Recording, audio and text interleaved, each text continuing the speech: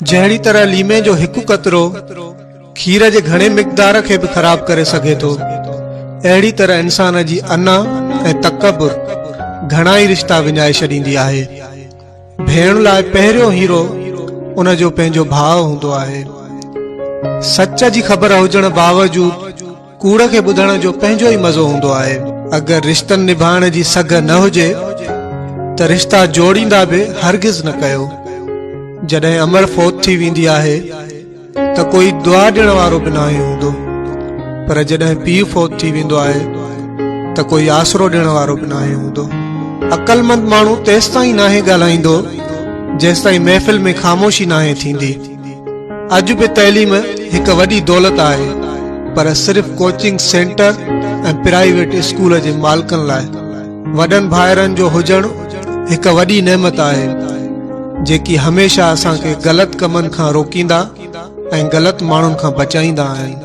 पाणीअ सां वेंझण वारा सिर्फ़ कपिड़ा बदिलाईंदा आहिनि, पर पघर सां वेंझण वारा तक़दीर बदिलाईंदा आहिनि, ऐं खून सां वेंझण वारा तारीख़ बदिलाईंदा आहिनि। मुस्कुराइण ऐं माज़रत करण सां रिश्ता मज़बूत थींदा आहिनि। इन करे माफ़ करे छॾींदा करियो।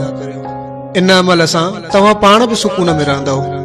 हर उन शख्स खे तव्हां जे तवज्जो जी ज़रूरत आहे जेकी अव्हां सां जुड़ियल आहिनि। अगर अव्हां उन्हनि खे तवज्जो न ॾींदा त समझो अव्हां उन्हनि खे विञाए छॾियो। अॼु जी मोहबत अंधी थियण सां गॾु ख़राब ऐं नापाक भी थी वई आहे। गुफ्तगू सिर्फ़ अल्फाज़नि जो मजमूओ नाहे हूंदो, बल्कि एहसासात ऐं जज़्बात जो अक्स हूंदो आहे।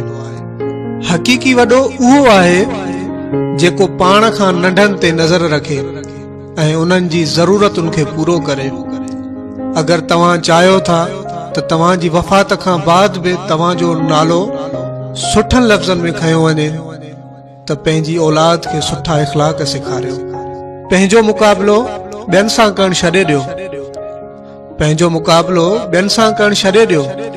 सिज हुजे या चंड पंहिंजे वक़्त सां ई चमकंदा आहिनि। नेकियूं करे दरिया में उछलाए छॾियो।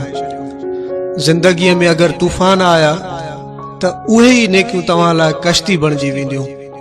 ग़लति न हुजण बावजूद भी कोई अव्हां खां माफ़ी वठे त समझी वञो उन जी नज़र में अव्हां जी अहमियत तमाम घणी आहे। हर अमल खां पहिरियां पंहिंजी नियत जो रुख दुरुस्त बणायो। हर अमल ख़ालिस ख़ुदा जे लाइ कयो, छाकाणि त दुरुस्त रस्तो ई मंज़िल ताईं वठी वेंदो आहे। तव्हां जी असुल हस्ती अव्हां जी सुहिणी सोच आहे, बाक़ी त हड्डियूं ऐं गोश्त आहे।